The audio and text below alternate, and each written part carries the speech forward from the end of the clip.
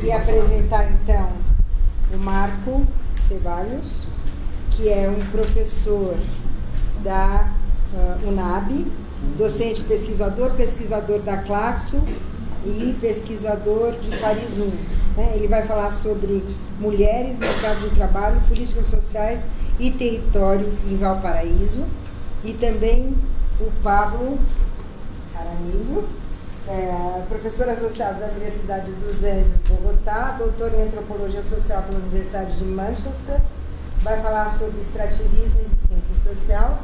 E também a minha colega querida, Lúcia Chico, que vai falar da financiarização e produção da habitação, né? E a Lúcia é docente do Instituto de Arquitetura e Urbanismo e também pesquisadora do Laboratório Internacional. Por favor, Lúcia. Vocês têm aproximadamente 20 minutos, né? Cada um, e para a gente poder ter um tempo de debate que a gente vai intercalar com as apresentações. Antes, eu queria agradecer muito a presença de vocês aqui, queria dizer que o Instituto está extremamente contente em receber vocês.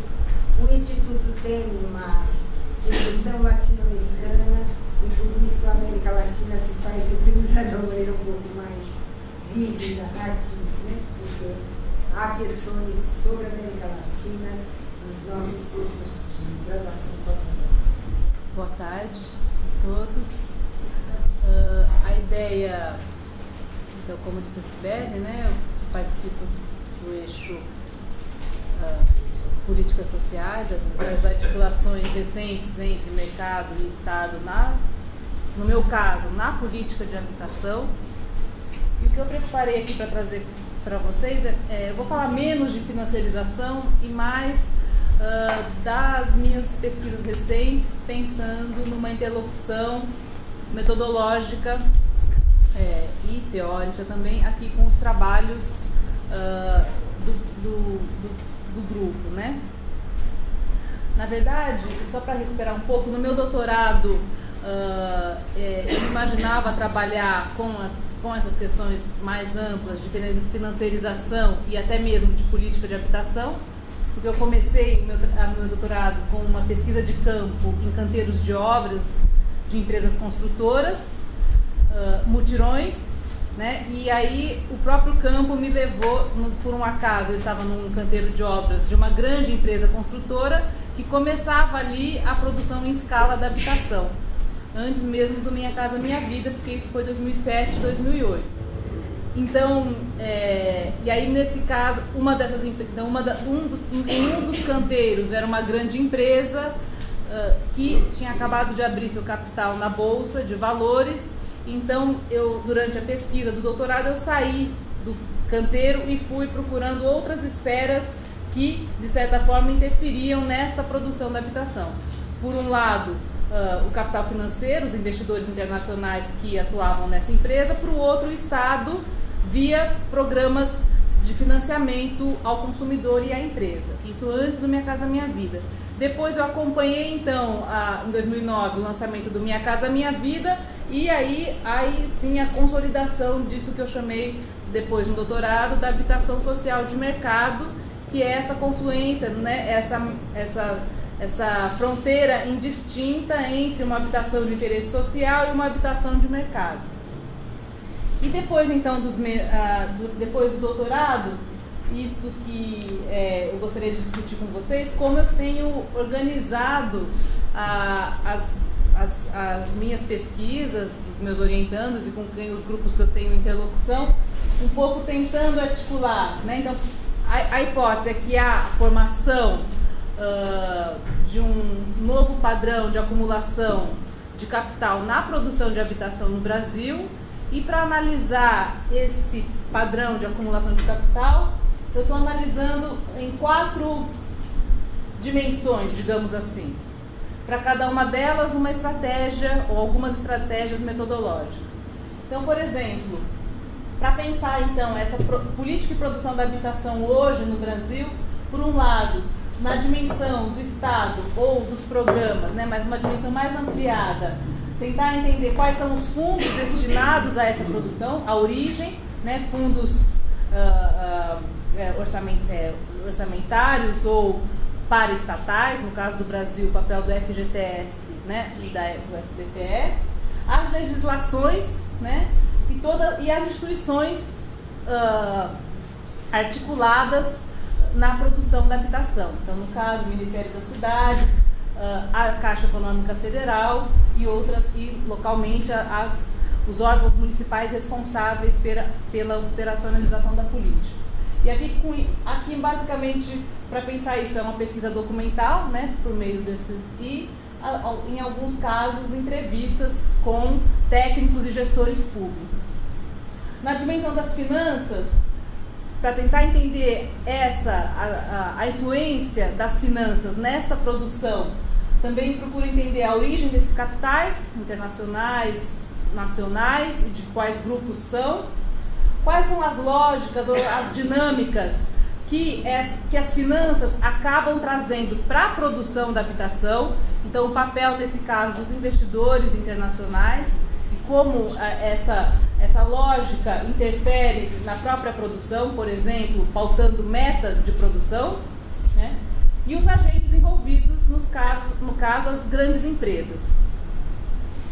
E aí, nesse vínculo, finanças e construção, tanto para entender essas dinâmicas dentro da empresa, quanto as dinâmicas que chegam na construção civil ou no canteiro de obras, aí aqui a estratégia é a pesquisa de campo, né, em canteiros de obras, com observação e realização de entrevistas. Na dimensão da construção, né, construção aqui, um C maiúsculo, ou bâtiment, né, em francês. Entender, então, o fluxo de capitais, quer dizer, como a empresa, então, agencia, né, os capitais vindo, por um lado, né, investidores internacionais, nacionais, e os fundos públicos, que elas também acabam operacionalizando. O padrão tecnológico, tanto numa dimensão que a gente está chamando de on-site, quer dizer, dentro do canteiro de obras, as relações de trabalho, o papel do arquiteto, os sistemas construtivos utilizados, quanto off-site, quer dizer, a cadeia de produção, né, os insumos, materiais, equipamentos que são mobilizados para que esta produção aconteça.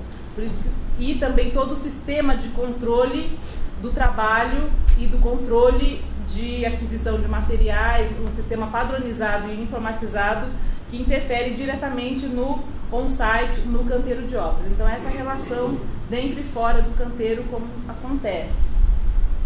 E, obviamente, aqui tem uma relação, há uma questão cara aqui, a arquitetura, que é a questão da industrialização da construção, industrialização da arquitetura. E os agentes envolvidos também nessa dimensão da construção. E um outro aspecto, uma dimensão mais recente que eu venho incorporando é a dimensão, que ainda não sei se é o termo mais correto, mas do espaço, aí entre aspas, ou os efeitos socioterritoriais desta produção. Aí analisando tanto como se caracterizam esses produtos imobiliários, então aí os padrões arquitetônicos e urbanísticos, os projetos mesmo, né, desses empreendimentos, quanto à inserção urbana desses empreendimentos, para daí analisar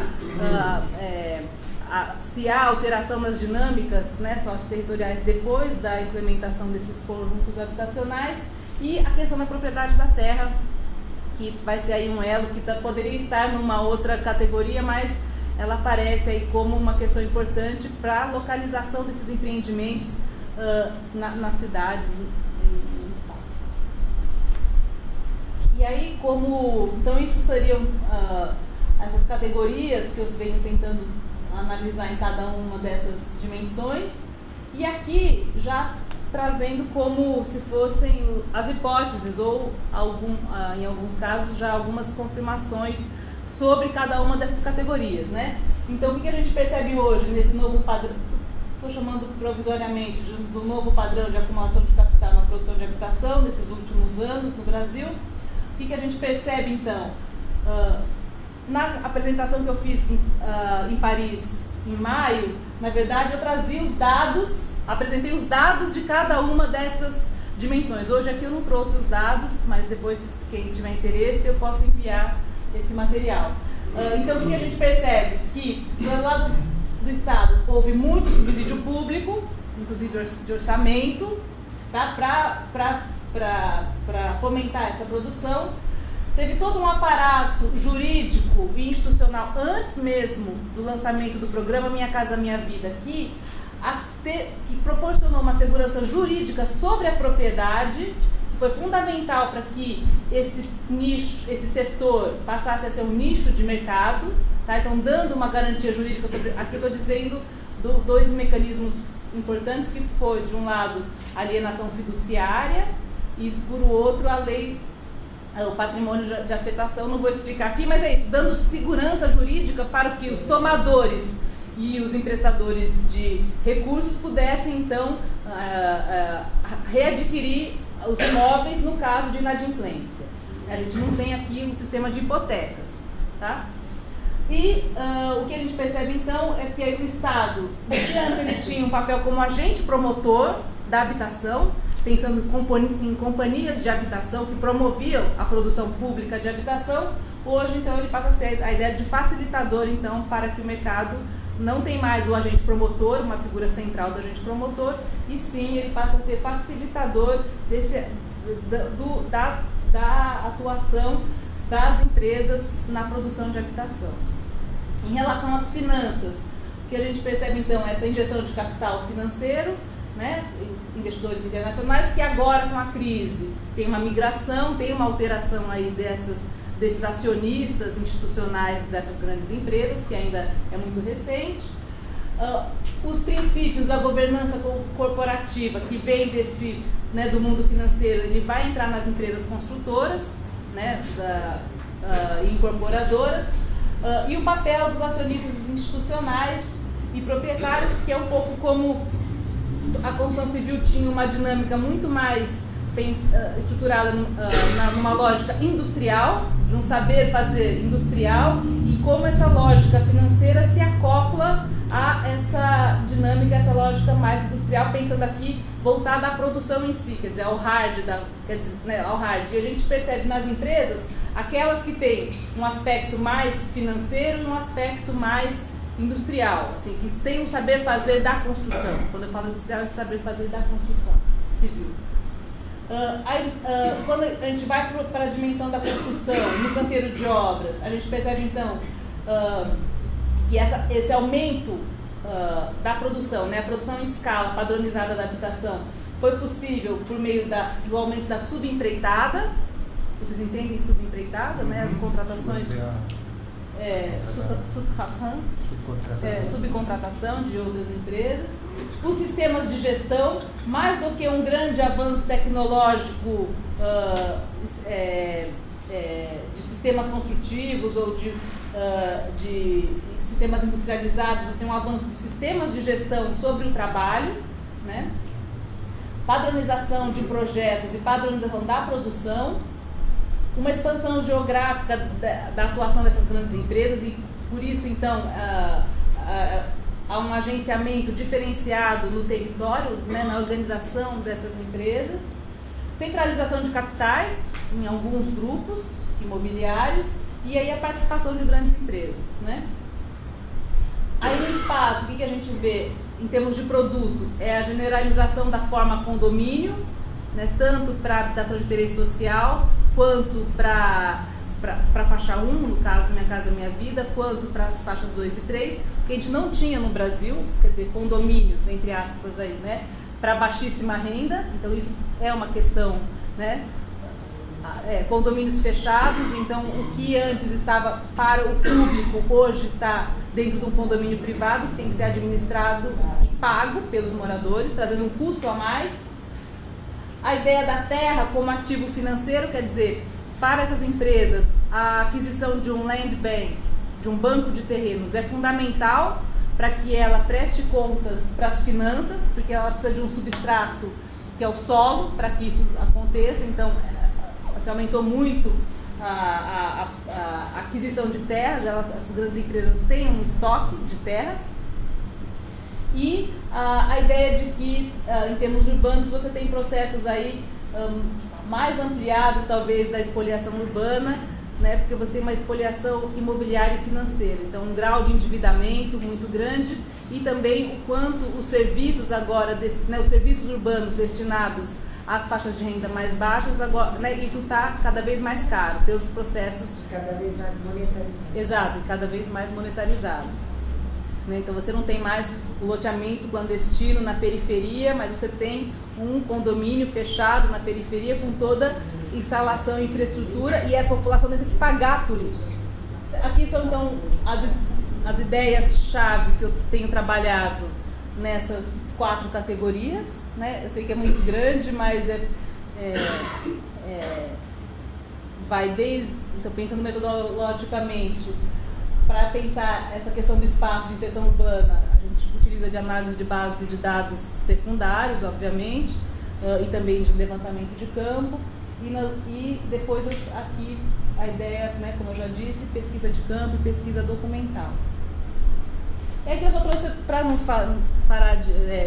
eu mudei um pouco, só para reforçar isso que eu já falei, em termos de cada uma das dimensões, só para mostrar um pouco como essas empresas, como aquilo aparece nos dados. Mas isso aqui é um recorte muito específico para exemplificar. Essa é uma das empresas que eu estudei, essa empresa, no caso, eu estudei desde o doutorado, e o que a gente percebe, eu só trouxe isso aqui para exemplificar. Aqui é o lançamento do Minha Casa Minha Vida, 2009, e esse número se refere à quantidade de unidades lançadas. Então a gente percebe o grande salto que essa empresa teve pós Minha Casa Minha Vida, e, então, quer dizer, ela lança 47 mil unidades por ano no Brasil, tá? E ela vai para um patamar, mesmo com a crise, ela vai para um patamar de 30 mil unidades por ano. Vale dizer que ela concentrou, na fase 1 do Minha Casa Minha Vida, 10% das unidades contratadas no Brasil inteiro. O lucro também aumentou, obviamente, mesmo com a crise. A gente percebe que não diminui isso com a crise de 2013. Ela tem uma queda no lucro, mas ele é recuperado. Então isso para mim é uma questão interessante para ver como ela se mantém. E aqui é o banco de terrenos, que só aumentou mesmo com a crise recente. Então, quer dizer, ela tem um estoque de terras que tem uma potencialidade para lançar, em termos de valor, né, 35 bilhões de reais em termos de lançamentos imobiliários. Essa daqui é um exemplo que eu venho trabalhando com essa ideia, que ela conseguiu fazer esse acoplamento financeiro industrial, esse agenciamento, ao passo que essa outra empresa, que tinha uma vocação muito financeira, ela vem do mercado de capitais, ela já não tem o mesmo desempenho operacional que a anterior, apesar de também ter um alto número de unidades. Olha, no Minha Casa Minha Vida, de 40 mil unidades lançadas, não só no Minha Casa Minha Vida, mas no auge, ela também tem uma grande produção, e acontece que com a crise, ela já não mantém o mesmo patamar. Então, uma hipótese que eu venho trabalhando é isso. Talvez aqui o financeiro tenha sobrepujado em relação ao saber fazer da construção civil, e a minha hipótese é que na construção civil essa expertise, como as empresas dizem, é fundamental. Bom, mas ainda é uma hipótese que a gente vê pelo lucro líquido aqui, o que ganhou. E por fim, eu trouxe esse gráfico também só para reforçar essa centralidade que o espaço, né, e a valorização imobiliária ganhou recentemente. Também é uma hipótese de trabalho. Aqui a gente tem o IVGR, é o Índice de Valor de Garantia dos Imóveis Financiados pela Caixa Econômica Federal. Então, acho que é quase um dos únicos indicadores que trazem preços imobiliários para a gente, né? Porque é muito difícil medir a valorização imobiliária que teve nesses últimos anos. Então, em azul é esse em vermelho é esse índice. Aqui, o INCC em azul é o Índice Nacional da Construção Civil, e em cinza é a inflação, tá? No país desde 2001 a 2013. O que a gente percebe, então, é esse descolamento, olha, dos valores imobiliários em relação aos outros indicadores econômicos. Quer dizer, você tem, de fato, uma alta, né, dos preços. Isso, é o valor... IVGR é o Índice de Valor de Garantia dos Imóveis Financiados. Tá? Então, por exemplo, é o valor que a agência financeira, no caso a Caixa Econômica Federal, atribui para os imóveis que ela financia. tá? Então, é o que mais se aproxima de um... tem problemas, óbvio, mas é o que mais se aproxima de uma captação da valorização imobiliária no Brasil.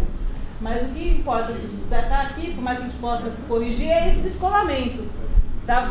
A partir de 2009. 2007, olha só, 2007 é um ponto de virada, que é justamente quando as empresas começam a atuar, as grandes empresas. É 2007 que elas abrem o capital. Até então, tá vendo, acompanhava mais ou menos os outros indicadores econômicos. E aqui só como uma aproximação, óbvio, essa outra curva aqui é o lucro líquido da empresa que a gente analisa, quer dizer, então, como esse processo, você tem tanto uma produção lucrativa, quanto também um aumento extraordinário da valorização imobiliária.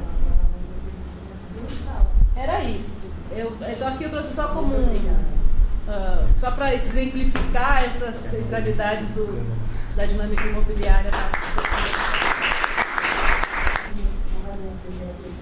Essa é uma questão super importante para a gente entender um pouco o agravamento da crise urbana brasileira. Exato. Né? A partir de meados do período entre o primeiro e segundo mandato do Lula, tá certo? Até a situação mais contemporânea. 2013 é o ano das jornadas de junho. É o ano em que a questão, as jornadas de junho são os movimentos. As jornadas de junho marcam exatamente o esgotamento do niilismo, né? E são manifestações visivelmente urbanas, em que a questão urbana está colocada o tempo todo como reivindicação, como muito difusa, né? Como um motivo muito difuso de descontentamento e de reivindicação através do movimento passe livre, mas não só, quer dizer, daí eclode tudo. E 2013 é o ano em que o descolamento da valorização imobiliária é o mais significativo. Né? De certa maneira, isso dá materialidade um pouco, né? Isso dá materialidade um pouco para uma crise bastante difusa que a gente não tematizou assim. A gente não tematizou assim. É claro que existem milhões de possibilidades de tematização, tá? Mas essa é forte. Porque isso é um indício de uma inviabilidade. Inflação, tá certo? Inflação, os ganhos. A inflação está aqui. Porque você tem uma valorização imobiliária que se descola de absolutamente todos os outros índices, tá certo? Por um processo de dominância financeira, enfim, por um processo de entrada no mercado financeiro das grandes empresas produtoras de inflação. E por consequência, a compra de terra. A terra passa a ser um bem absolutamente escasso, absolutamente caro. Exato. Só uma pequena observação complementar, talvez. Eu acho que ilustra de forma quase paradigmática também essa questão do cruzamento das escalas. Você tem um objeto, inclusive você contou um pouco todo o seu percurso de entrar em campo e por acaso você estava numa empresa que entrou nessa dinâmica, então você não pôde fazer de outra forma de tentar entender o que estava acontecendo. E isso, de certa forma, te levou, a partir desse caso concreto, de ver como esse nível internacional de financiarização, de fato, afetou um setor concreto que se cruzou com uma política e uma conjuntura, a temporalidade específica brasileira, e ao que isso levou localmente. Assim, eu acho, realmente permite um pouco explicar onde que queria chegar na mesa anterior. De fato, essa questão do cruzamento das escalas, você vê a partir de um objeto concreto. Eu acho que isso, nesse sentido, é super importante para a gente tentar entender e pegar isso um pouco como exemplo, inclusive para as nossas pesquisas futuras.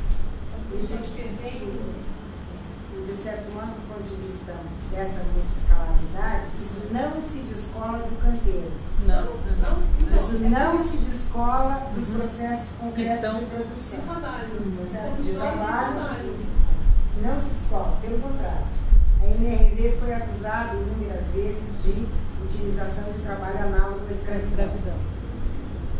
Essa empresa, com essa empresa aqui, ela já esteve com capital aberto na bolsa, usa trabalho análogo à escravidão para ser politicamente correto. Assustador esse coisa. Enfim, eu queria saber assim, quais são as dimensões e desafios que você acha que esse novo padrão de acumulação implica para o projeto de reforma urbana que a gente, né, que tinha se figurado, enfim, a partir dos anos 80, etc. Como que você acha que isso ocorre? E, enfim, quais são as dimensões que os movimentos sociais que pautam a luta urbana tomam ou deveriam tomar hoje, diante desse quadro? Então, eu acho que está claro aqui que, primeiro, esse descolamento da valorização imobiliária dos outros indicadores mostra como a questão da raridade do espaço, a raridade da terra é central. Então, enquanto não se intervir regular a propriedade da terra, né, vai ser muito difícil você conseguir produzir habitação social bem localizada, por um lado. Por outro lado, toda essa produção está pautada por uma única forma de acesso à habitação, que é acesso à casa própria. A gente não está discutindo outras formas de acesso à habitação. Por exemplo, a locação social. Na França, né? Aqui no Brasil, isso passa ao largo, mesmo dos movimentos sociais. Porque está tão introjetada a ideologia da casa própria que a gente não consegue, né? É muito difícil colocar outras formas de acesso, pensar outras formas de acesso. Até para os movimentos. Até para os movimentos, claro. Então, e agora, com essa perspectiva desse processo de uma cidade cada vez mais cara, então, de espoliação financeira e imobiliária, né, mais clara ainda do que mais intenso do que de uma espoliação urbana, enquanto a gente não pensar em regular o acesso, por um lado, o acesso a essa terra, a disputa pela terra está muito desigual. Aí quando a gente analisa os casos da entidades, né, da Minha Casa Minha Vida Entidades, isso fica, né, então você coloca uma grande empresa com capital centralizado e o movimento social disputando a mesma terra. Não é possível isso, então é óbvio que o outro lado vai ganhar. Então eu acho que precisa primeiro pensar essa questão da propriedade da terra. A gente não tem uma regulação que favoreça ainda a implementação da função social, por exemplo, e por outro, pensar em outras formas de acesso, não única e exclusivamente via produção de unidades novas para casa própria. Pelo contrário, a regulação favorece a situação empresarial. Endeudamento. E de endividamento, sim. Obrigadão, super interessante. Mas acho que a gente deveria tomar algumas coisas no fim, inclusive falar transversal. Bien, muchas gracias. Gracias a ti, Sibel, por la invitación. Siempre un placer llegar a tus encuentros.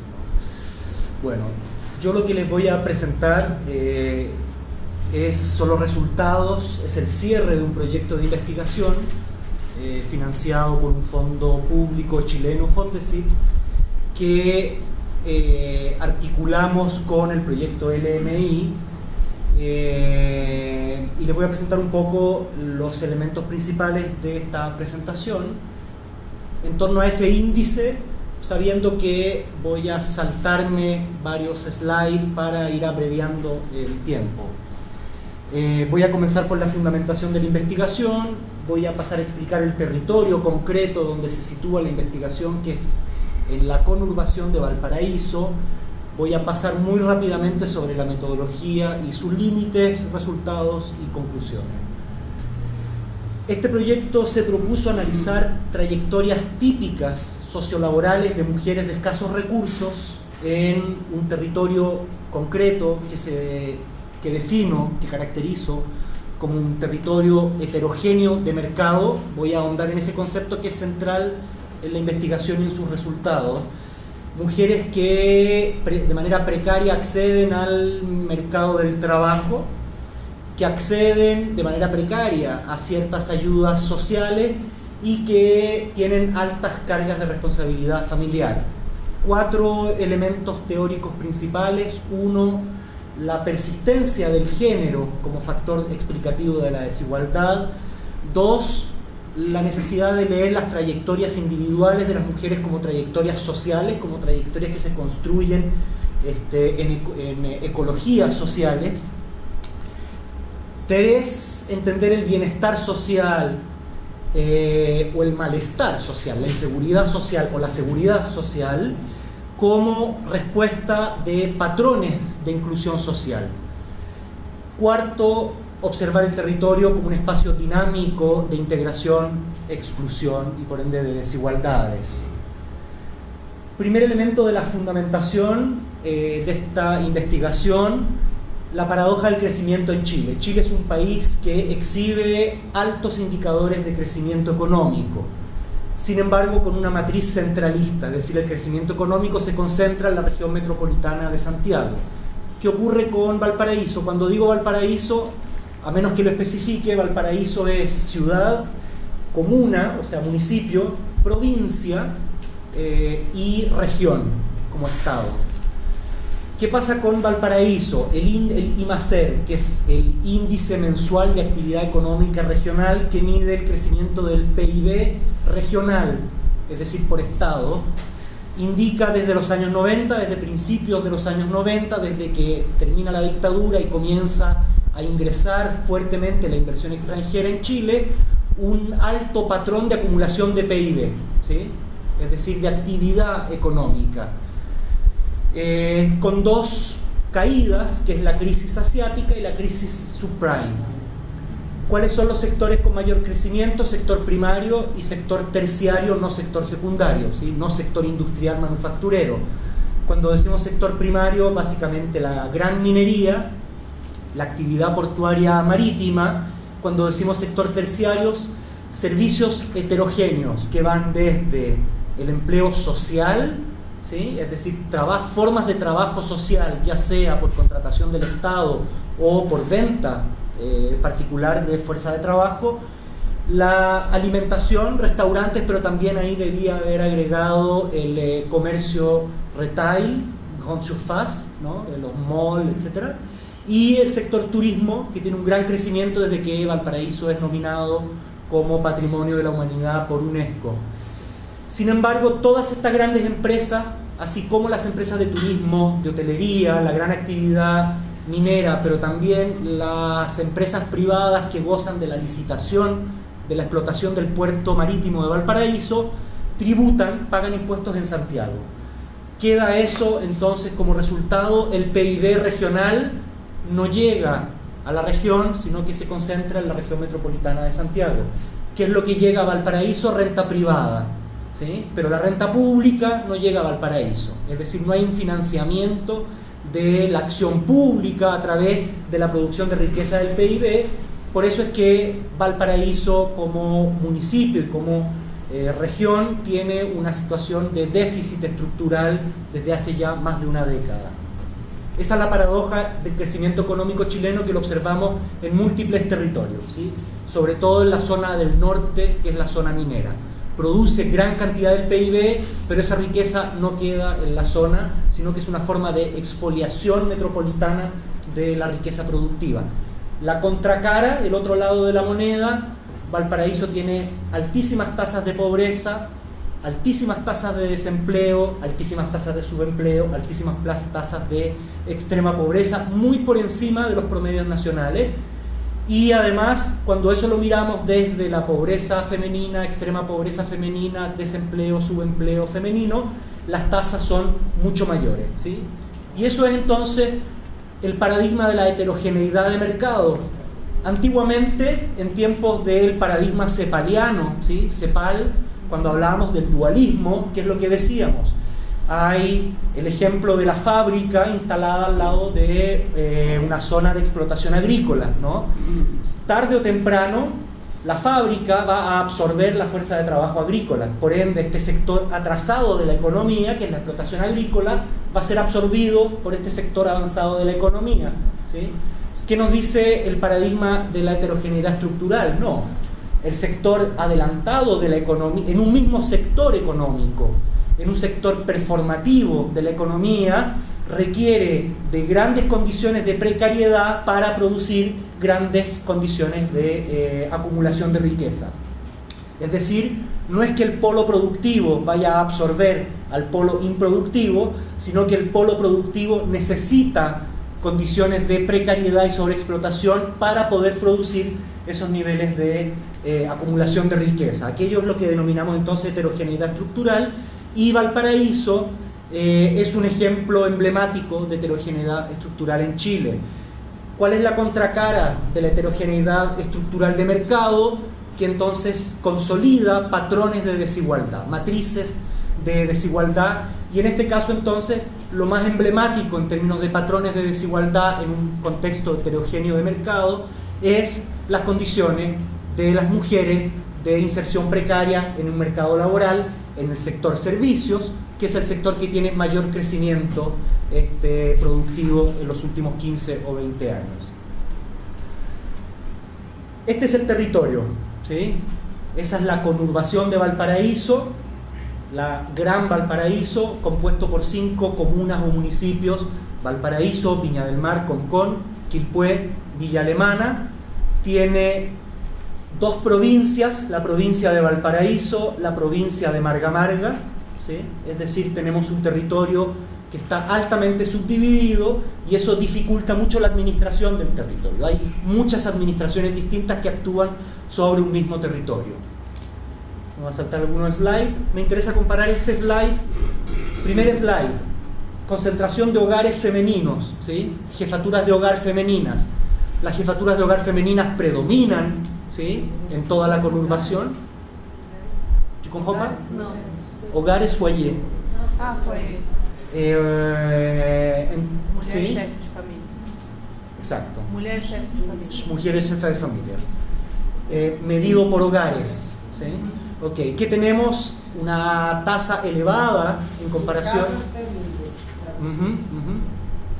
Una tasa elevada de hogares femeninos, ¿sí?, con tenencia femenina, con una mayor concentración en Viña del Mar, que es la comuna más rica de la conurbación, y una concentración en Quilpué, que es la comuna más pobre de la conurbación. ¿Cuál es la explicación? Acá tenemos una alta concentración de tercera edad, los hombres mueren antes, las mujeres entonces quedan como jefas de hogar, no lo eran necesariamente cuando los hombres estaban vivas.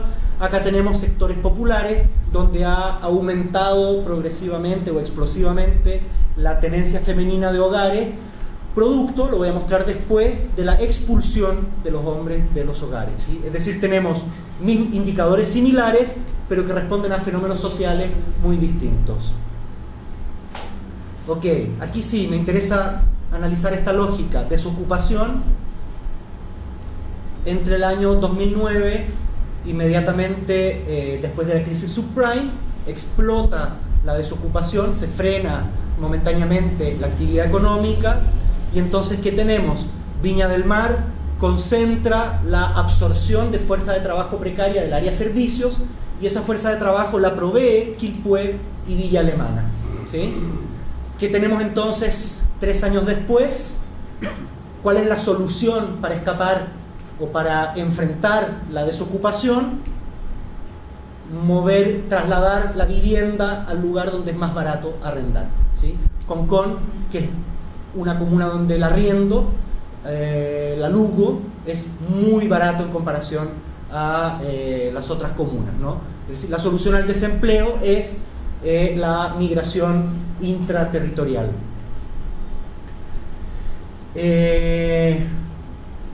Última, extrema pobreza. Para el año 2013 se concentra entonces en Quilpué, pero los subsidios monetarios públicos, ¿sí?, del Estado se concentran en Concón. Explicación: el modo como medimos la extrema pobreza no es el mismo instrumento con el que se utiliza la focalización del gasto público.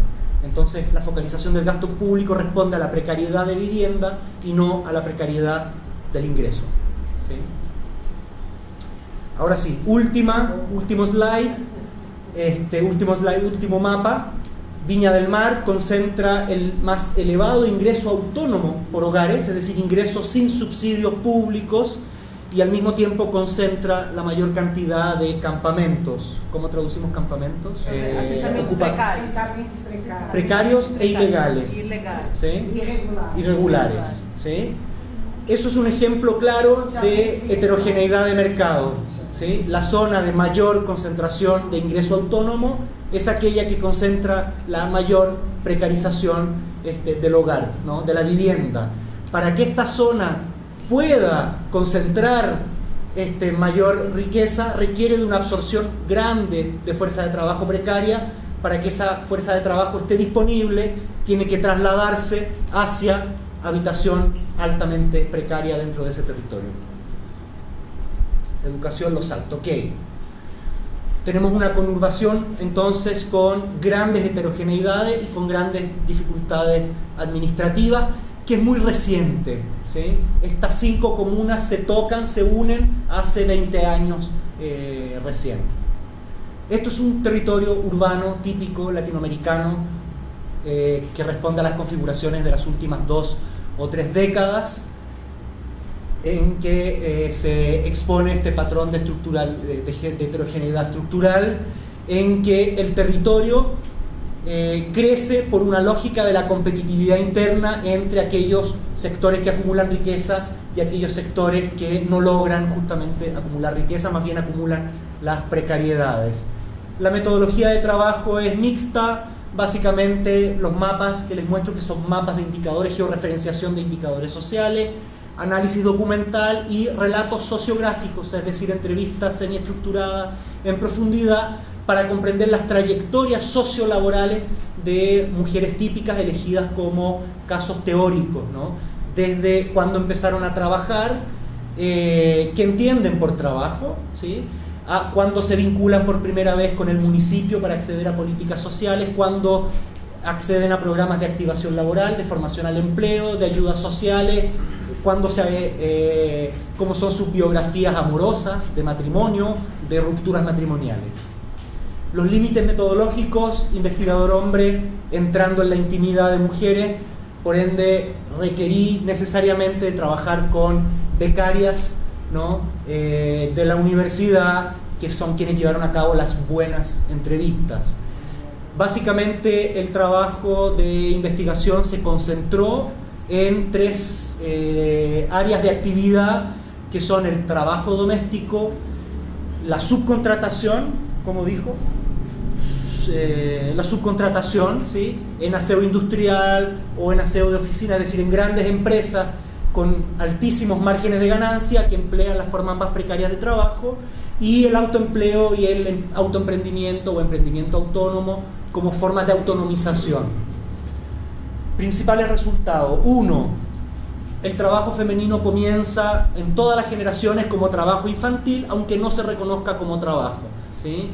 Acompañar a la mamá a vender a la feria, cuidar a los hermanos pequeños, ¿sí? Es decir, se aseguran formas de reproducción doméstica, económica, a través del trabajo infantil femenino. Trabajo infantil, como digo, que se ve relativizado. Segundo, según los rangos de edad, los grupos etarios, se diferencian fuertemente estas trayectorias de vida. Mujeres de 50 a 65 años con un trabajo rural, Quilpué, Villa Alemana, ¿sí? Estas 2 comunas más pobres al interior de Valparaíso, eran hasta hace 30, 40 años atrás zonas rurales o semirurales, ¿no? Entonces trabajo infantil se concentra en actividades rurales. Las trayectorias laborales o de trabajo son definidas por los padres, la colocación a los 15 años en trabajo doméstico, el acompañamiento a los padres en sus formas de transhumancia comercial por la ciudad, y concretamente se interrumpen estas trayectorias sociolaborales por matrimonio, por la construcción de familia, y muy tempranamente tenemos rupturas familiares, y entonces estas mujeres vuelven a los mismos nichos laborales en los que participaban antes: trabajo doméstico, comercio informal a pequeña escala. Mujeres de 40 a 50 años, es decir, que nacen en torno al inicio de la dictadura militar en Chile en los años 70, principios de los años 70. Este trabajo infantil se da en condiciones urbanas y no en condiciones rurales.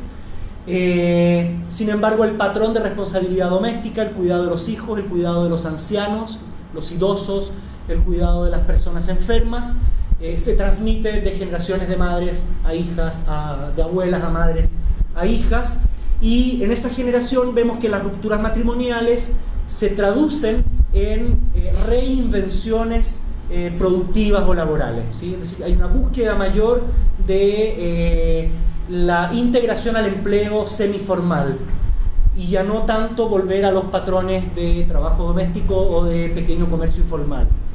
Por último, las mujeres más jóvenes, menores de 40 años, vemos que hay una muy alta valorización de la educación, vemos que hay una tendencia a igualar recursos entre hombres y mujeres, es decir, hombres y mujeres tienen que ordenar su casa, hacer su cama, limpiar el baño, ¿sí? Más o menos. Luego tenemos una autonomización de la planificación paterna de las trayectorias individuales. Y por último hay una mayor búsqueda de regímenes salariales que significan entonces esta inserción en el trabajo en el sector servicio, sector hotelero, servicios sociales, de salud, etcétera, y por ende también nuevas formas de precarización laboral, a la vez que una mayor apertura, una mayor disposición al empleo individual.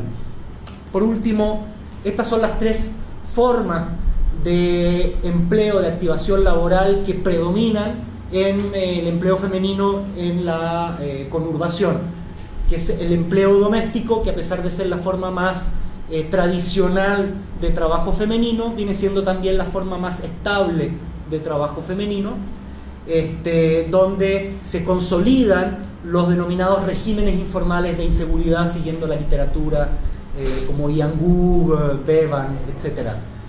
Luego tenemos estos empleos de subcontratación en el dominio del aseo industrial o de oficina, muy baja estabilidad laboral, altísima rotación laboral, con mucho desplazamiento dentro del territorio, por ende con mayores costos individuales de desempeño laboral, con una alta precariedad agravada por condiciones de jerarquía, incluso de agresividad, de violencia, de dominación en el trabajo muy fuerte, y con una rápida, temprana salida del mercado laboral. Las mujeres que entran a trabajar en estos espacios del empleo de subcontratación finalizan sus carreras laborales a una edad muy temprana. Por último, una tendencia creciente al autoempleo, que es una forma de empleo muy precarizado, sin formalidad, sin seguridad, sin embargo con mayor autonomía en los tiempos y por ende con mayores facilidades para las mujeres para no renunciar a sus cargas laborales familiares de género, el cuidado de los hijos, de los ancianos, de las personas enfermas. Y por último, la importancia de la ruptura familiar, de la ruptura de las relaciones de pareja como elementos que cambian las trayectorias laborales u ocupacionales de las mujeres. Las altas tasas de aumento de la tenencia femenina de los hogares tienen una correlación con la ruptura de relaciones matrimoniales, es decir, las rupturas matrimoniales vienen a generar un escenario de incertidumbre, al menos en un primer minuto. Luego, una vez que se producen estas rupturas matrimoniales, se transforman o son leídas por las mujeres, son interpretadas por las mujeres como escenarios preferibles. Es mejor la incertidumbre de la separación matrimonial que permanecer en esas condiciones de dominación. Eso yo lo interpreto como un posible escenario de emancipación femenina, ¿sí? Incipiente, hasta un cierto punto, porque si bien a mediano plazo produce mayores horizontes de autonomía, en el largo plazo consolida estos regímenes de trabajo femenino en cadenas de solidaridad, ¿no? Por último, la pregunta: ¿es el Estado un agente de promoción social? Antes que me pregunte Isabel, lo digo tomando la noción de promoción social como el propio discurso del Estado, ¿sí? Hay una ambivalencia muy fuerte en torno a las políticas sociales y en torno a los modos de acceder a las políticas de ayuda social, en tanto el Estado moviliza discursos pro mujeres, autonomía, empleabilidad, etcétera, pero al mismo tiempo el Estado, a través de sus programas sociales, tiende a consolidar el rol tradicional de la mujer como aquella receptora de subsidios y de ayudas públicas que van a ser trasvasijados o que van a ser utilizados para la gestión de la familia, básicamente. Luego, el acceso o la demanda de las ayudas sociales, de las ayudas públicas, se traduce en una tercera jornada de trabajo. Eso está estudiado ya desde hace algún tiempo por CEPAL. La carga horaria, la carga de tiempo que implica ir al municipio, ir al Ministerio de Desarrollo Social a informarse, postular formularios, entrevistas, ¿cierto?, para tratar de acceder a determinados tipos de ayudas directas o indirectas. Y finalmente, el mito del impacto de las políticas sociales en los niveles de desigualdad o en los indicadores de pobreza y de extrema pobreza. Eso no está probado ni en Chile ni en ningún país de América Latina. En Brasil, quizás el país que más lejos ha llegado en el intento de generar modelos de estudio de impacto y resultado. Sin embargo, las conclusiones no son definitivas. Es más, se considera que la caída, la disminución en las tasas de pobreza y extrema pobreza en Brasil, así como la disminución leve en las tasas del índice de Gini de desigualdad en Brasil, se explica mucho más por la migración campo-ciudad y por el chorreo económico, el trickle-down effect, que por el impacto de las políticas sociales. Me salto esto. Conclusiones. Último slide.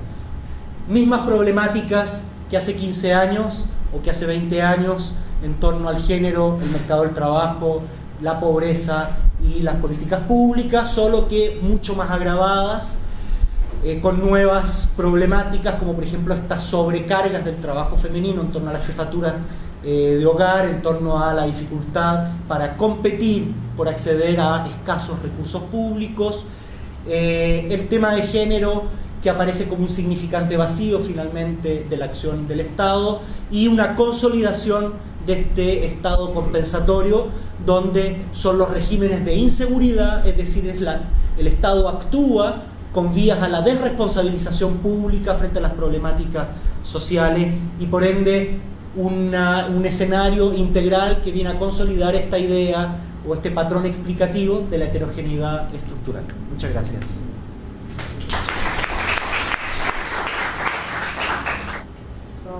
Observação em relação ao Brasil, Marco. A pobreza diminui, a desigualdade, o índice do Gini também diminui. Eu acho que tem um impacto enorme do aumento brutal do salário mínimo no período do Lula, né?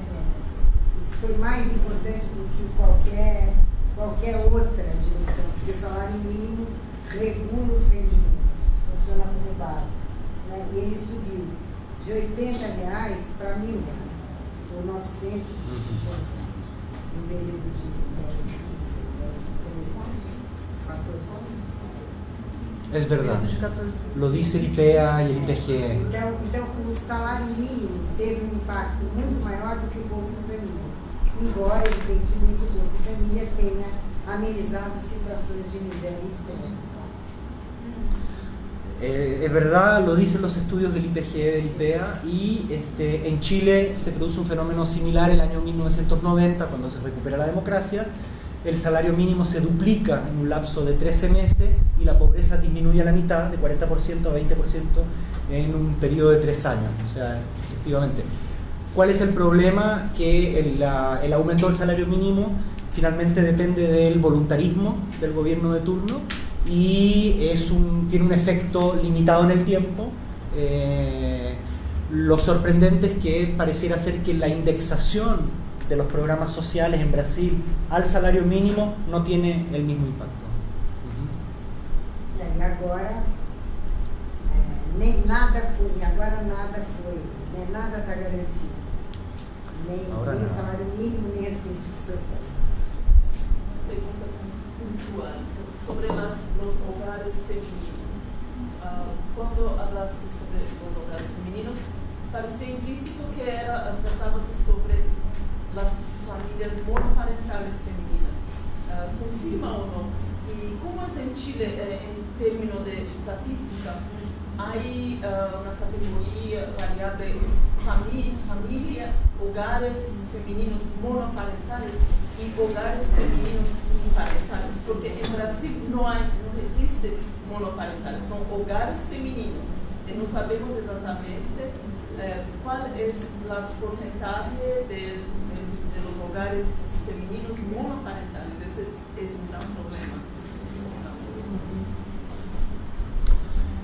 Son hogares donde la jefatura del hogar lo lleva una mujer. Se mide a través de la encuesta CACEN, que es una encuesta de hogares, y la persona declara, el adulto, el mayor de edad encuestado, declara quién es jefe o jefa de hogar. A nivel de estadística, es que no hay claridad, no se sabe, porque la pregunta es... La pregunta es quién es jefe de hogar. ¿Sí? Entonces lo que tenemos es que en sectores populares se ha más que duplicado en los últimos 10 años la jefatura femenina. En sectores de clase media se ha mantenido muy estable y en sectores de clase alta incluso ha tendido a disminuir. ¿Sí? Pero no dice ahí de quiénes está compuesta la familia. No dice. Sin embargo, existe el cruce en la misma encuesta CACEN de cuántas personas viven en la familia. Es decir, ¿sí? Es un cruce de datos que tiene muchos márgenes de error, ¿sí? De cuántas personas viven, cuántos adultos, hombres, mujeres, etc. Ese dato no se da por fiable en Chile porque se sabe que hay una práctica sistemática en sectores populares de negar la presencia de hombres adultos generadores de ingresos, porque es una encuesta de caracterización social. Es decir, la encuesta CACEN determina el acceso a los programas sociales. Y entonces, si una familia pobre declara la existencia de un hombre mayor de edad, la política social disminuye su riesgo social, presume que ese hombre es contribuyente al ingreso familiar. Pero hay estudios cualitativos,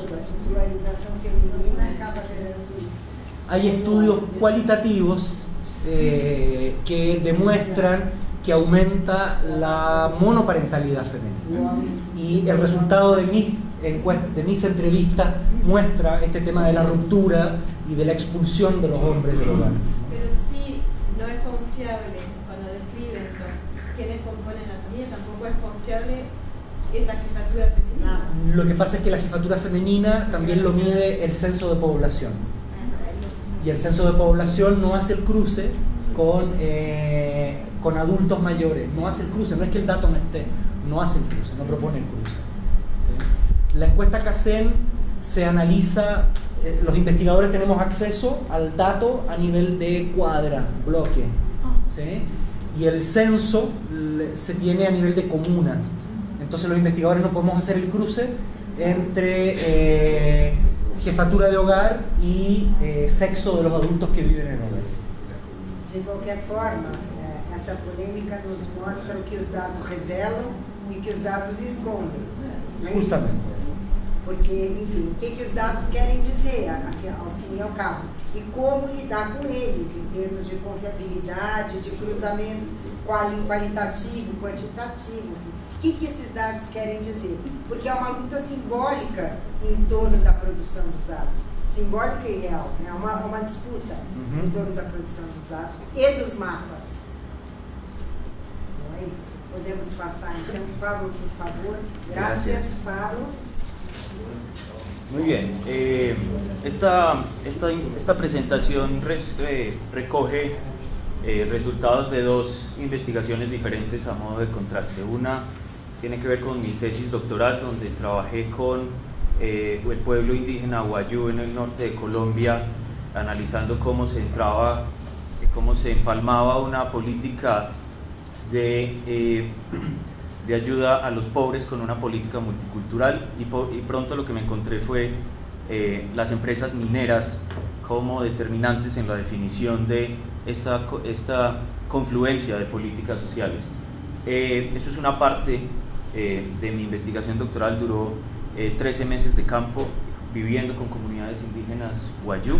La otra es una investigación más reciente, etnográfica, también en enfoque, viviendo también en parte en un pueblo en el centro de los Andes que se llama Marmato, lugar del depósito de oro más grande del mundo, que se llama el Middle Cauca Belt, y analizando también cómo se producen las políticas de asistencia social como forma de gestionar un territorio extractivo.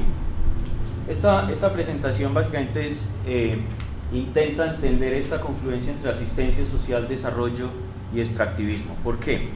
Lo primero es que el extractivismo ha sido reconocidamente operatorio a través de enclaves, y esos enclaves espaciales y sociales han sido fundamentales para experimentar políticas sociales en ellos.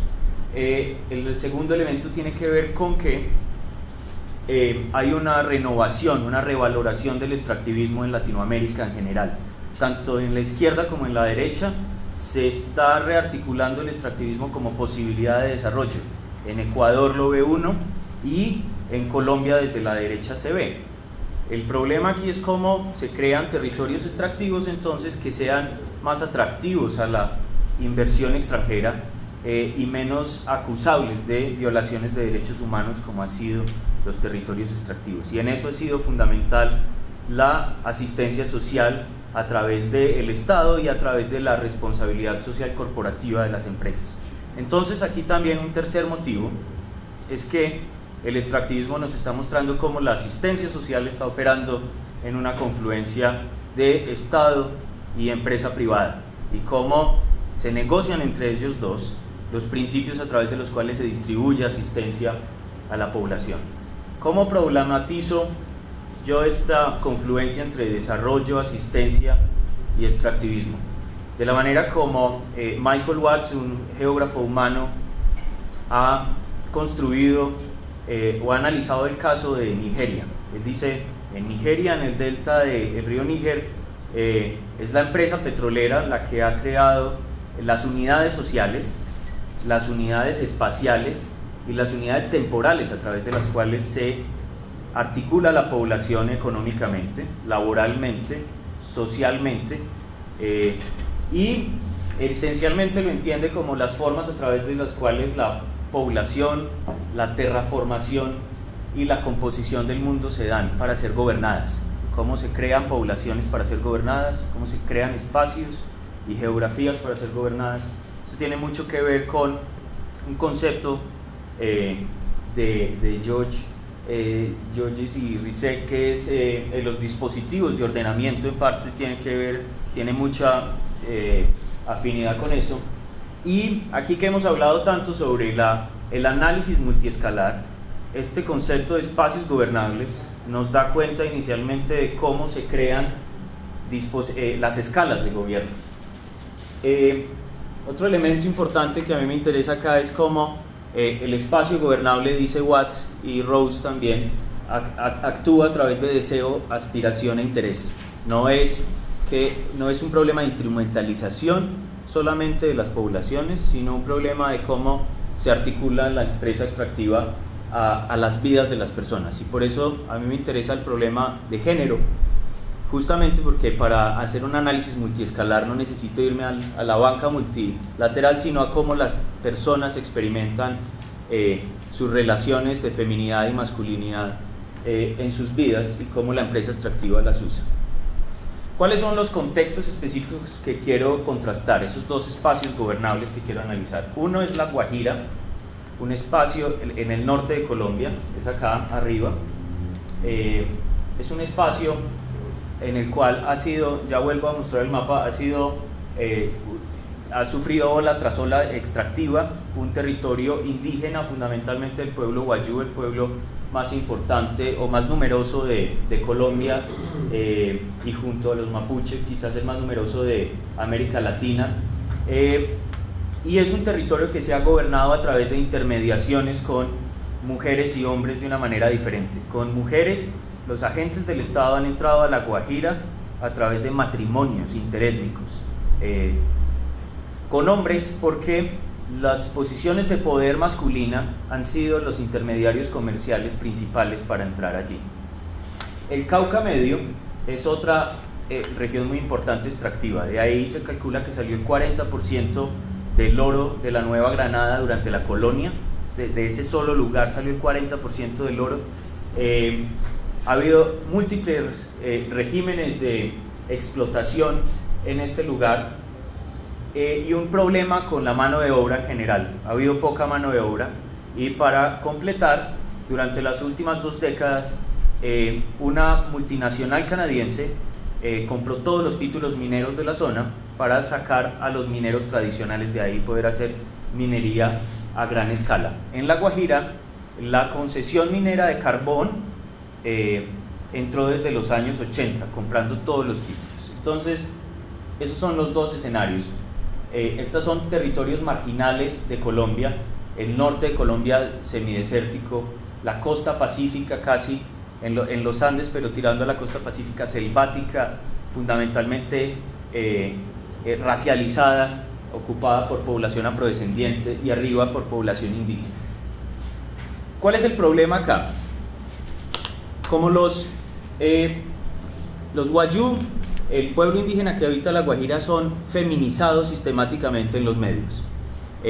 Todo tiene que ver con mujeres en La Guajira, desde la responsabilidad social empresarial, la representa como mujeres, la empresa carbonera dice que su responsabilidad social es entregada a mujeres, las comisiones de verdad para esclarecer crímenes de guerra dicen que trabajan esencialmente con mujeres, la energía que se produce allí dice que se trabaja con mujeres.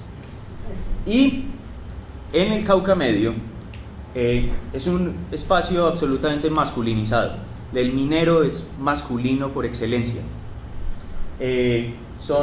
Además, la ley ha masculinizado la minería, porque el Código de Trabajo colombiano prohíbe que las mujeres trabajen en socavones bajo tierra. Entonces, todo el minero es hombre, casi todos los mineros, ya van a ver, son hombres. Y además, el movimiento social contra la gran minería en el lugar ha sido en nombre de los derechos del minero, el hombre minero. Y aquí están las campañas de responsabilidad social empresarial de la multinacional, hombres, una estatua construida por los mismos mineros, fálica, hombres, la protesta de los mineros en pro de sus derechos, hombres. Mi argumento aquí es que esa énfasis o bien en la feminidad de los indígenas wayuu y en la masculinidad ha creado un espacio vacío a ser llenado tanto por el Estado como por las empresas para gestionar sexuadamente, como decía Yumi, estas poblaciones. Entonces el espacio en La Guajira ha sido canalizado a través de intermediación y articulación masculina. El espacio en la minería de oro ha sido instrumentalizada a través de intermediación femenina, y eso es interesante porque nos muestra que más allá de ser la gestión sexuada, más allá de ser un problema de hombres y mujeres, es un problema de feminidad y masculinidad, y cómo las empresas entran en los territorios a través de nociones, por ejemplo, de ética sexuada, la ética de las mujeres, la ética de los hombres, el poder y autoridad de hombres y mujeres. Y eso me parece interesante. ¿Qué pasa en La Guajira? Y obviamente no tengo mucho tiempo, pero les voy a hacer el recuento de lo que pasa allí. En los años 80, Carbocol, la empresa de carbones, empieza la mina a cielo abierto más grande del mundo, que fue hasta hace poco, Cerrejón, en La Guajira. Adquiere unos terrenos, pide una concesión frente al Estado, y los líderes indígenas empiezan a decir que ellos tienen derecho a territorio. Y aquí hay un giro muy interesante, porque es la misma empresa minera la que promueve la creación de un resguardo indígena. El resguardo indígena es una institución que viene desde la colonia, pero que tuvo una explosión desde los años 80 en Colombia, en parte promovida desde el Estado y desde las multinacionales, que es sorprendente porque uno asume que los territorios protegidos indígenas son resultado solamente de la abogacía de los indígenas. Pero fueron la multinacional del Cerrejón la que dijo que, o promovió frente al Estado, la creación de un resguardo indígena. Entonces tenemos aquí un movimiento interesante. El segundo es reasentar poblaciones, por supuesto. Y aquí el Cerrejón reasentó poblaciones. Los tajos del Cerrejón, los pits del Cerrejón, son 70.000 hectáreas nada más. Piensen cuánta gente va viviendo ahí. pero además toda una política de marcar las áreas donde los indígenas pueden vivir y donde los indígenas no pueden vivir. La estrategia de crear resguardos fue parte de una estrategia de, digamos, segregación espacial que tuvieron los indígenas. Durante esos primeros años de la presencia del Cerrejón en el territorio, hubo muchas demandas por parte de los indígenas de que no estaban siendo vinculados laboralmente a la mina y que no estaban recibiendo las ganancias. Entonces, ¿qué pasó? El Cerrejón creó todo un esquema de redistribución de regalías, de royalties, para los indígenas.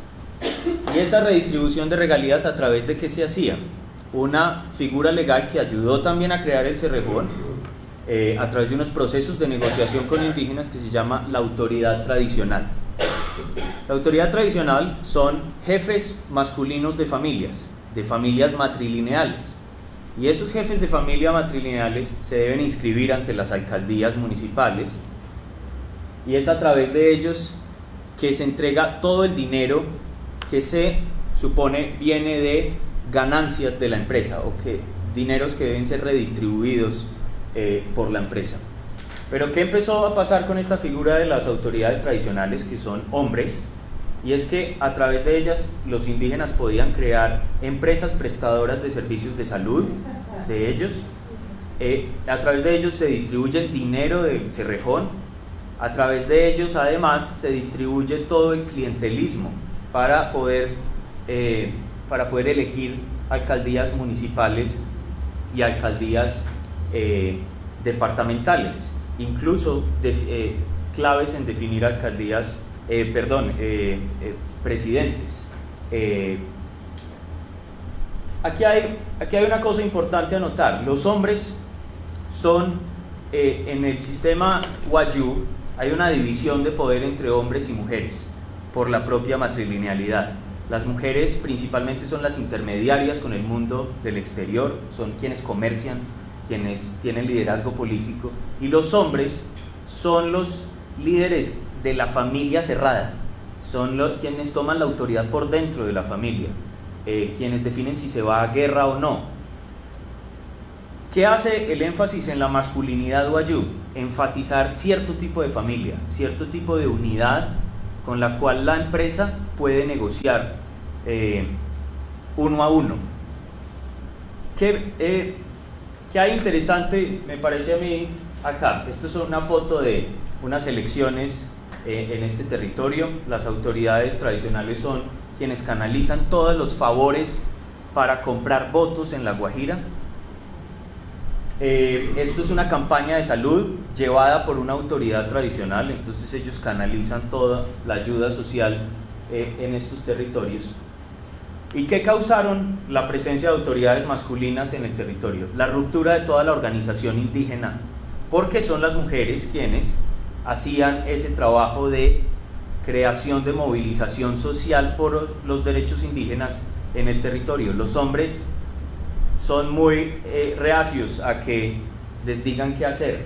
Y una líder Wayuu que trabajó en la creación del resguardo indígena me decía: ahora hay más de 1000 asociaciones solo para recibir transferencias. La organización en La Guajira explotó.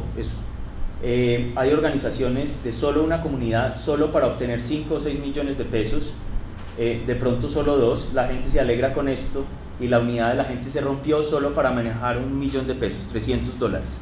Entonces fueron operacionalizada la figura masculina para romper la organización social, pero además creó todo el lenguaje indígena, proindígena en La Guajira. Y una vez haciendo etnografía en unas elecciones municipales, estaba yo viendo noticias con una autoridad tradicional con la cual yo había estado ayudándole a repartir mercados para comprar votos, digamos, como parte obviamente del trabajo etnográfico, y me miró muy preocupado y me dijo: no, pero esto aquí, la compra de votos aquí es parte de nuestros usos y costumbres, parte de nuestra indigenidad. Adoptaron, digamos, el lenguaje del favor político a el lenguaje indígena. ¿Qué pasa en Marmato?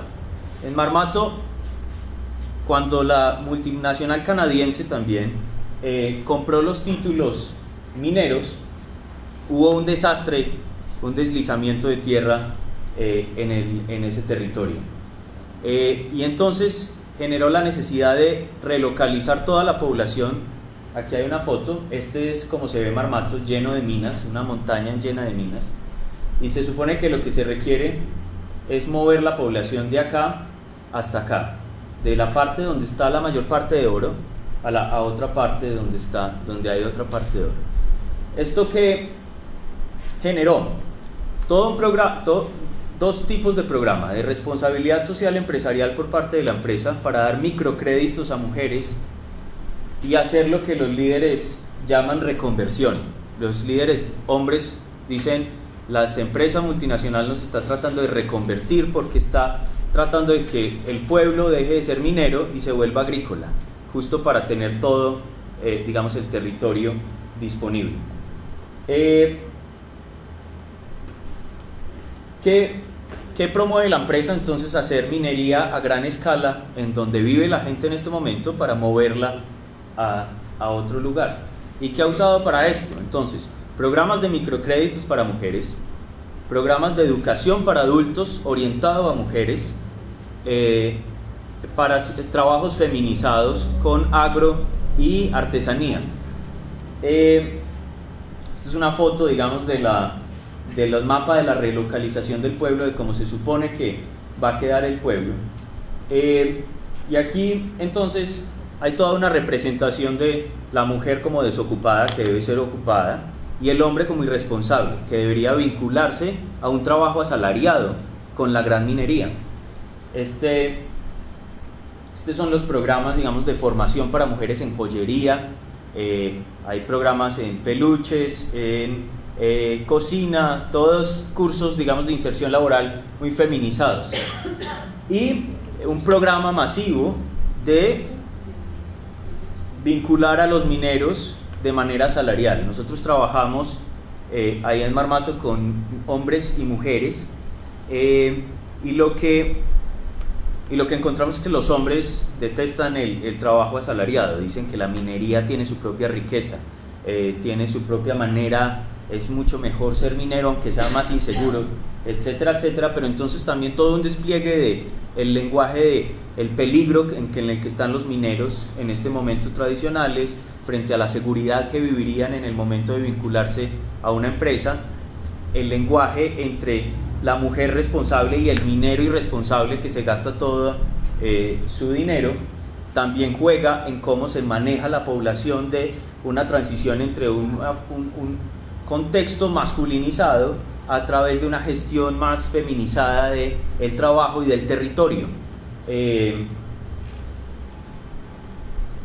Y aquí también hay un tema interesante, y es cómo las mujeres mismas, a pesar de reconocer el fracaso de todos los programas, porque todas han entrado en un momento u otro a los programas de inserción laboral o de reemplazo productivo, todas han fracasado con las que hablamos, todas añoran el momento y las ayudas de la multinacional y del Estado, porque los programas de inserción laboral actúan conjuntamente la compañía con el Estado. Entonces esta mujer decía, eso fue muy bueno cuando estuvo esa compañía acá, haciendo alusión a los microcréditos que daba, porque se terminaron hace un tiempo. Y esta mujer, Ligia, dice: el 90% de la población de Marmato se beneficia, y al mismo tiempo habla mal de ella. ¿Qué es lo que a mí me interesa hablar acá? Uno no necesita irse a grandes escalas y demasiado lejos para empezar a hablar de multiescalaridad. Nada más si uno habla del lenguaje del parentesco y del género que manejan las compañías y el Estado para crear territorios extractivos, uno está poniendo junto tanto el futuro de las personas como los estándares internacionales sobre género, porque todas estas compañías dicen cumplir estándares que le requiere la Bolsa de Canadá. Las dos son canadienses y dicen: nosotros cumplimos con los estándares canadienses. Entonces ahí está la multiescalaridad, solamente para el tema de crear personas. El otro tema es que voy a señalar este tema, y es la noción de cómo el trabajo de feminización y masculinización para crear territorios gobernables tiene mucho que ver, y esto es algo en lo que estoy trabajando, en crear deseo por cierto tipo de régimen espacial y económico. La manera en que, por eso pienso yo que es mucho más que instrumentalizar hombres y mujeres, porque a la compañía y el Estado articularse con un sistema de creación de personas, que es el parentesco, también se identifica con ciertos valores que están distribuidos en lo femenino y en lo masculino. Y eso es lo que capitaliza, por decirlo de alguna manera, esos tipos de valores que en La Guajira están involucrados en los hombres, que es el estatus y el poder masculino, y que están involucrados en el Cauca Medio en las mujeres, que es la propia responsabilidad de la persona. Al involucrarse con los sistemas de parentesco local, son capaces de crear eso que es para nosotros algo así como un hiato explicativo. Todos sabemos que esto opera a través de deseo, motivación, pero todos, digamos, yo mismo he saltado muchas veces de una explicación más estructural a decir que esto actúa a través del propio deseo y del propio juicio moral de las personas por la preferencia de un régimen económico u otro. Yo veo aquí que tanto las autoridades tradicionales aprenden a desear un sistema que los pone en un lugar mejor en detrimento de las mujeres guayú, a pesar de que la imagen pública sea que se ayuda a todas las mujeres, y las mujeres de Marmato aprenden a desear un régimen extractivo particular porque está más cerca a valores femeninos que ya están presentes de alguna manera ahí. Un sujeto liberal no aterriza de la nada, aterriza sobre valores preexistentes ya en las formas de parentesco, en las formas de pensar el territorio y esta clase de cuestiones. Entonces, lo último que quiero mencionar es que estos enclaves son fundamentales para cómo se exporta la política de asistencia en Colombia hacia otros lugares. En La Guajira, la figura de autoridades tradicionales se creó allí y ahora opera en toda Colombia. También se experimentó con los programas de transferencia de efectivo condicionado que se entregan a mujeres pero a través de las autoridades tradicionales, como la forma de entregar CCTs a indígenas, programas de transferencia a indígenas. Se experimentó en La Guajira y se pasó después acá. Y en el Cauca, en el Cauca Medio, los programas, esta mezcla entre responsabilidad social empresarial y responsabilidad pública, que uno no sabe si el Estado está actuando como ONG o las ONGs como Estado, está siendo exportada a otros territorios mineros para hacer la reconversión, que llaman los propios mineros. Es un concepto etnográfico. El minero se reconvierte a un trabajador asalariado, a un trabajador asegurado en cierto régimen de pensiones y de riesgos laborales, y la mujer se emplea en determinados tipos de empleos, artesanía, etcétera, etcétera, que es lo que ya mencioné. Entonces, eso era. Tenho uma dúvida, Pablo. Sí. Seria transportabilidade. Estoy hablando de experimentar con una política de asistencia, unas formas de asistencia en un lugar y para poderlas extrapolar, pasarlas a otros lugares. Sí. Tem uma pergunta a respeito da intencionalidade do próprio Estado colombiano no momento da venda das minas para uma empresa canadense. E essa articulação entre o privado e o público. Você souber um pouco melhor sobre quem atuou, quem incentivou, e que perfil de pessoa interveio, decidiu, se tinha alguma ideia atrás da cabeça já, ou se esse programa de reconversão que você contou, de fato, era de alguma maneira pensado? No de esa manera. Fue, a ver, las minas en Colombia, como en la mayor parte de Latinoamérica, son de propiedad de la nación, se dan en concesión, Y ya como están en los territorios más apartados de los centros urbanos en el país. Al tener eso tienen, digamos, instituciones muy débiles los propios municipios, o como en el caso de la Carbonera, crean municipios, porque además de crear un resguardo, la Carbonera creó un municipio que se llama Albania, en La Guajira, lo separó de otro municipio y hace y diseña el plan de ordenamiento territorial desde ahí. Pero ya en sí mismo, digamos, cómo se planea esto, yo creo que aquí hay más experimentación local entre agentes de las multinacionales enfrentados con movimientos sociales, con un roce que hay ahí, un roce, una fricción que existe al entrar la compañía multinacional entre Estado, movimientos sociales, personas viviendo en condiciones muy precarias en estos territorios. Hay una cantidad de experimentación ahí. Yo no veo aquí aterrizando solamente modelos, sino que hay una creatividad enorme, y es donde yo veo que no solamente hay una feminización, digamos, por defecto. Ahí es donde veo que se puede articular hombres o mujeres. Lo importante es entender por qué hombres o mujeres, y es porque es a través de ellos que se puede o no crear el tipo de persona que se requiere para un territorio extractivo, que es el asalariado, por ejemplo. El asalariado hay que amamantarlo, y hay que criarlo, y yo creo que ahí hay que hablar mucho más de crianza y de creación de personas que de producción de personas, que ya es en sí mismo un lenguaje muy industrial para hablar de la gente. Eu acho que resguardo indígena quer dizer reserva, é isso? Sim.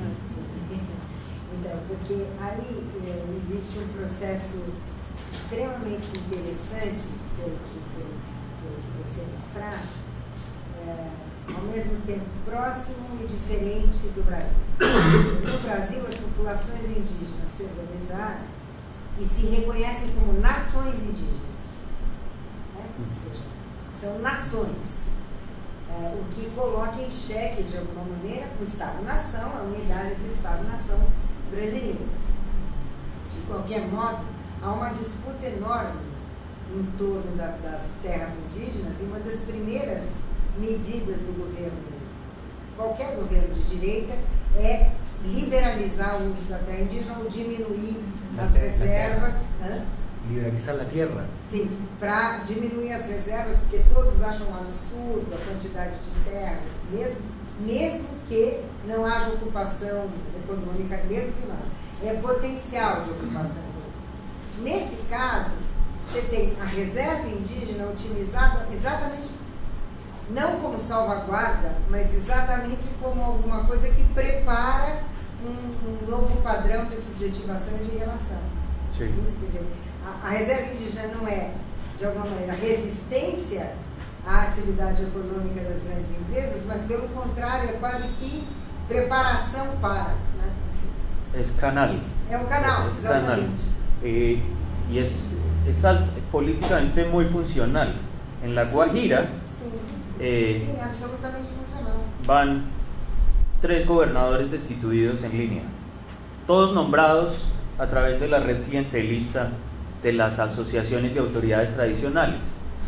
Entonces, mientras el Estado central destituye, localmente no importa cuántos vayan, porque todos son alcaldes y gobernadores que saben convivir con la red de relaciones que creó Cerrejón. Então a gente podia pensar gradiente entre, vamos dizer, território de resistência e território que é condição para novo processo de governo e subjetivação. Sim. Tá? E é o mesmo mecanismo, por assim dizer, reservas indígenas, que pode servir tanto para a resistência dos povos da floresta num determinado contexto, quanto como condição da constituição de um sujeito passível de assalariamento, passível de incorporação. Y sin dejar de ser indígena.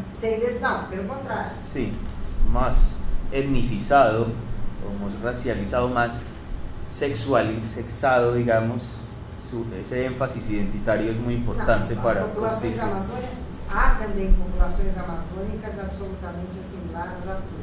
Sí. A tudo. Também não deixam de ser indígenas. Tá?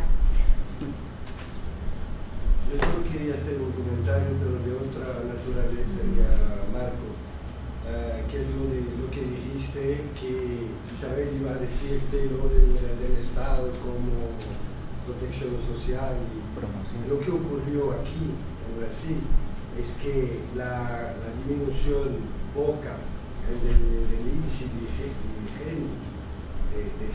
Gini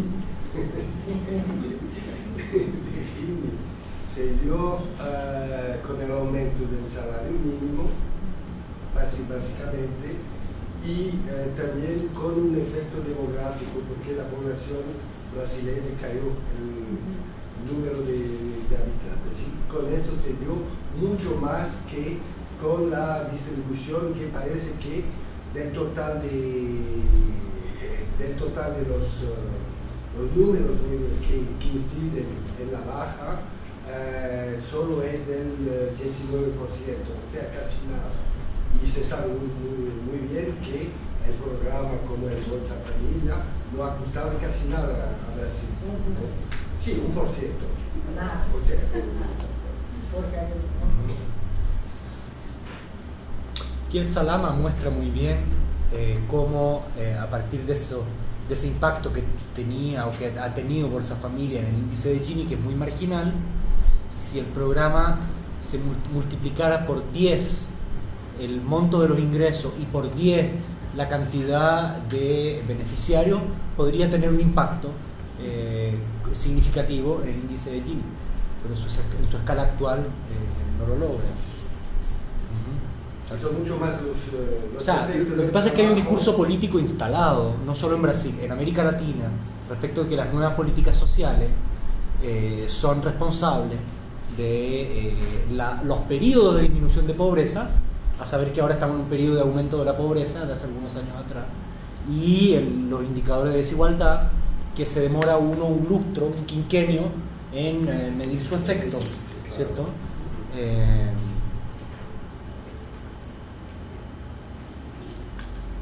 Sí. Ainda sobre as reservas indígenas, é uma questão bastante pontual para tentar entender, em comparação com a situação brasileira, a situação colombiana. Nesse momento, no Brasil, existem alguns projetos de lei já bastante avançados para permitir a exploração do subsolo nas reservas indígenas. A Constituição de 1988, até o momento, impediu que houvesse exploração de subsolo, de minério, quer que seja. Um território bastante específico, chamado Oriximiná, né, para a Amazônia, e também outros locais do norte do Mato Grosso, apontam para um novo ciclo de mineração dentro de terra indígena do Brasil, que deve acontecer, ainda mais na conjuntura atual. Eu queria entender se no caso colombiano, a lei colombiana permite exploração em áreas indígenas. Para mim, eu não entendi muito focado para mim si esos casos eles acontecen dentro de reservas indígenas legales. Sí se puede. Provisto que se cumpla el procedimiento del convenio 169 de la OIT, de la ILO, Que es la consulta a los pueblos. que es consulta a los pueblos, exactamente, y que en este procedimiento de consulta se establezcan los trámites de compensación y mitigación de impactos. Pero entonces hay una cosa muy interesante. La nación es propietaria del subsuelo y hay unas disputas enormes en ciertos pueblos indígenas que dicen que el petróleo es la sangre de la tierra. Entonces hay toda una inconmensurabilidad entre lo que el Estado dice que es el petróleo y lo que los indígenas dicen que es el petróleo, y han movido esa causa de no explotación en territorios indígenas muchísimo. También ha creado la explotación tanto de mineroenergética como de cualquier tipo de recurso en territorios indígenas, incluidos servicios ecosistémicos, como vender el cuidado de los bosques por el programa RED de Naciones Unidas y del Banco Mundial. Eso no se puede apropiar por parte de ninguna empresa, pero hay toda una proliferación de reglas de servidumbre, de pagos por paso en territorio indígena. Y esa es la nueva forma de gobierno en territorios indígenas, gobernar a través de contratos y de juridicidades que crea la empresa con el Banco Mundial, a través del lenguaje de género que tiene que tener, con autoridades indígenas, sea hombre o mujer, dependiendo del lugar donde esté. Entonces ese es otro... En Colombia hablamos, los antropólogos, desde hace muchos años de multiculturalismo neoliberal, porque no vemos ninguna contradicción entre los dos regímenes. Y ahí es donde se nota que el lenguaje progresivo en términos de los derechos de pueblos indígenas no tiene nada que ver con salvaguardas frente a explotación económica de los territorios indígenas. Están completamente garantizados por separado e incluso codependientes, porque todo el dinero de territorios de explotación mineroenergética es, digamos, el dinero que hace posible ser autodeterminado. Es el dinero que hace que se obtiene para que uno pueda ejercer, para que un indígena pueda ejercer sus derechos como indígena. Viene de ahí. Es codependiente, si no necesita ese dinero para ser el sujeto indígena multicultural en Colombia. Posso comentar uma ideia transversal aqui, que eu acho que perpassa os 3 trabalhos, que foi a que o Marcos colocou, da heterogeneidade estrutural do mercado. É como nos setores... Heterogeneidade estrutural do mercado, quer dizer, nos setores mais avançados de alto dinamismo econômico, acho que nos 3 casos, extrativismo, construção civil e imobiliário, né? E, bom, no caso do Marcos não tem um setor propriamente dito, mas como essas mulheres são absorvidas nos diversos ramos, coexistem grupos incluídos favoravelmente e precarizados, e como isso entra em todos... E as dimensões precarizadas e tradicionais acabam sendo uma das condições de reprodução do polo mais avançado. Acho que essa, talvez, não sei como... A crítica da razão dualista, 1972. Posta. A crítica da CEPAL. E como isso se revela, né, acho que todos eles, todos os trabalhos também, como isso se revela no território, no espaço, né? Sem dúvida. Não, o que eu acho mais assim, perverso quase, e sempre quase ao invés dessas formas de mobilização. Todas as categorias políticas e a apropriação identitária estão sendo totalmente reconvertidos e apropriados. Então, e o território sempre resulta, né? Exato. A dimensão territorial é sempre um produto disso, e nunca um pressuposto. Exato. Quer dizer, você tem uma produção econômica e política do território, política nos seus vários níveis multiescalares, se quiserem, do território, né? Dessa relação. De certa forma, as populações também aparecem como um território, território é necesariamente a relação população-espaço. La maquila también cabría dentro del mismo esquema, ¿no? O sea, lo que producen las maquilas son tecnología, ¿sí? Es producción de punta, ¿no? Claro. No solo, y también producción de valor y transmisión de valores, porque de la investigación que hice en Yucatán sobre la maquila, y incluso en Brasil, aquí en el Pará, me acuerdo de una mujer que decía que era nuestra interlocutora en una joint venture nipo-brasileña, y que decía, ay, qué bueno, y conseguía hacer el CDI en mi bolso, o sea, y se vangloriaba de que hasta su marido, que era el más refractario, lo hacía. O sea, ponía orden, y que eran cosas que venían de la empresa. Y eso era, en fin, con la mediación de la empresa y con la incorporación de esos valores. Os trabalhadores do ABC, teve um monte de mulher que se separou por causa causa do Kanban, quer dizer, não, aqui na minha cozinha não. Aqui, qualidade total na minha cozinha não.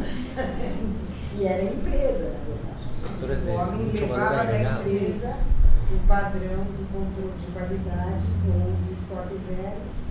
E as mulheres ficavam desesperadas. 200 años después volvimos a la tesis de Marx. De certa forma, por causa da tomada do filho, que nazista desses territórios sociais, mas de forma muito mais concreta e muito estimulada. É muito melhor agora do que naquilo. Enfoque de desarrollo. Bom, acho que então queria agradecer muito a presença de vocês. Queria dizer que o diretor do Instituto está ali, o professor Miguel Rosado. Muito obrigada pela presença dele também. Obrigado. Seja Graças.